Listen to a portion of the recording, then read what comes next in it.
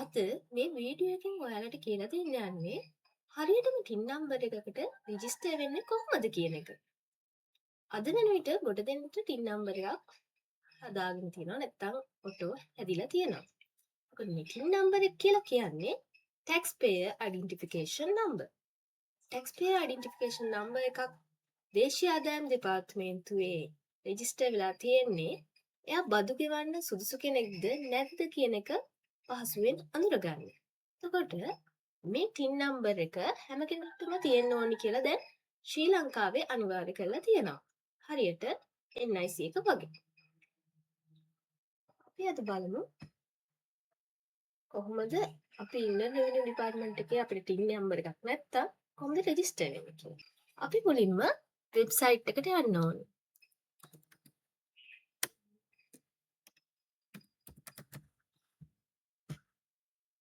Website එකට ගියාට පස්සේ තියෙනවා irt.gov.lk. මෙන්න මේ වෙබ්සයිට් එකට තමයි ඔයාලා යන්න ඕන.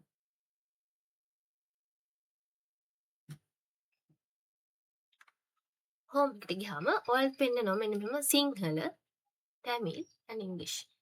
ඔයාලට පහසු ඔයාලා සංවේදනය කරන භාෂාව ඔයාලා තෝරගන්න පුළුවන්. ඊට පස්සේ ඔයාලා යන්න ඕනි මෙන්න මේ e-services. සිංහල එකේ තියෙනවා නම් e-සේවාවන් කියලා තමයි තියෙන්නේ.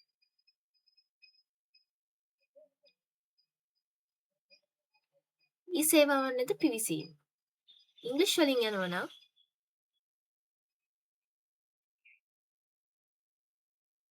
access to e-services. ඔයාලා මෙතනින් ගිහිල්ලා බලන්න පුළුවන් ඔයාලට දැන්ටම ටින් නම්බර් එකක් තියෙනවද? එහෙමත් නැතිනම් ඔයා ටින් නම්බර් එකක් අලුතෙන්ම රෙජිස්ටර් කරගන්න ඕනේද කියලා. මෙතන ඔප්ෂන් දෙකක් තියෙනවා. අපි මුලින්ම බලා ගන්න ඕනි අපිට ටින් නම්බර් එකක් තියෙනවද කියලා. මෙන්න මේ verify authenticity of registration මගින් ගිහිල්ලා අපිට පුළුවන් අපිට දැන්ට ටින් නම්බර් එකක් තියෙනවද කියලා බලන්න. එහෙමත් නැත්නම් taxpayer registration ගිහිල්ලා ID නම්බර් එක ටයිප් කරද්දී අපිට එතන පෙන්නනවා දැන්ටම රෙජිස්ටර් වෙලා තියෙනවද නැත්නම් රෙජිස්ටර් වෙන්න ඕනිද කියලා. අපි මුලින්ම මෙතෙන්ට යමු. verify authenticity of registration. මෙතනට ගියාම මේ විදිහට verify registration verify certificate කියලා එනවා. අපි මෙතනින් verify registration යන්න ඕනේ. ඊපස්සේ ඔයාලගේ NIC නම්බර් එක මෙතන ටයිප් කරන්න ඕනේ. ඊළඟට මෙතනින් පෙන්නන captcha එකේ text එක ටයිප් කරන්න ඕනි හරියට. ඊළඟට search දුන්නහම you are already registered කියලා එනවා නැත්නම් තාම not registered yet කියලා වැටෙනවා. දැනට අපිට මේ පහසුකම තිබ්බට ඉදිරියේදී ටින් නම්බර් එකත් මෙතනින් ඩිස්ප්ලේ වෙනවා. දැනට මේක රහස්‍යක තමයි තියෙන්නේ.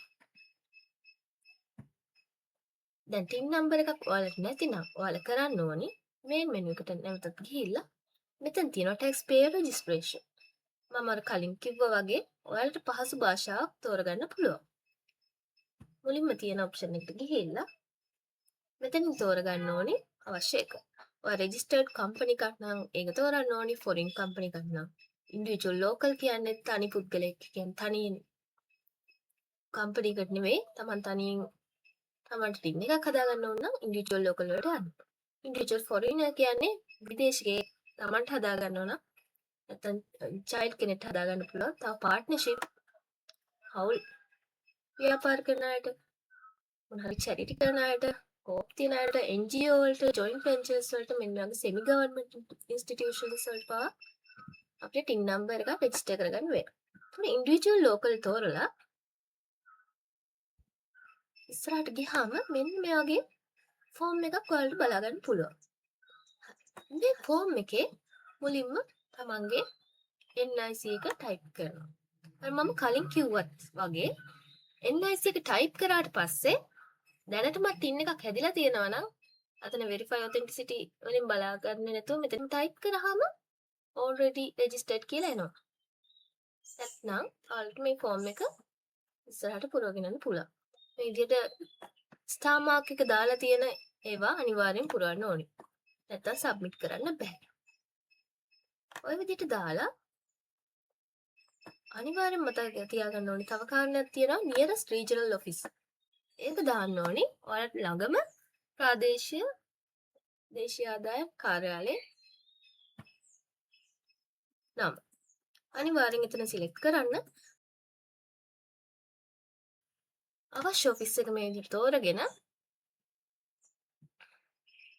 ඇඩ්‍රස් එක දාන්න ඕනේ. ඊට පස්සේ මෙතන මේ ඔක්කොම ෆිල් කරගෙන යන්න ඕනේ. මේ ඔක්කොම ෆිල් කරලා තමන්ට තමන්ගේ බැංක් account details නුත් දාන්න අවශ්‍ය වෙනවා. ඊළඟට මෙතන තමන්ගේ husband ගේ wife ගේ NIC එක යාගේ TIN number එකක් තියෙනවා. ඒක children add කරන්න පුළුවන් මෙතන. තමන්ට ඉන්න දරුවෝ ගැන විස්තර මෙතනින් දාන්න පුළුවන්. ඊට පස්සේ මෙතන ගිහිල්ලා supporting document කියලා තියෙනවා. මේ කාරණය වැදගත්. මෙතනින් ඔයාලගේ ID එකේ ෆොටෝ එක අනිවාර්යයෙන්ම අප්ලෝඩ් කරන්න ඕන. national ID card select කරලා select files ගිහිල්ලා අපේ මැෂින් එකේ නැත්නම් ඔයාලා මොබයිල් එකෙන් දාන්න නම් මොබයිල් එකේ files වලින් identity ෆොටෝ එකේ දෙපැත්තම JPG හෝ PNG හෝ PDF ආකාරයට ෆයිල් එක අප්ලෝඩ් කරගන්න ඕනේ මෙතනට.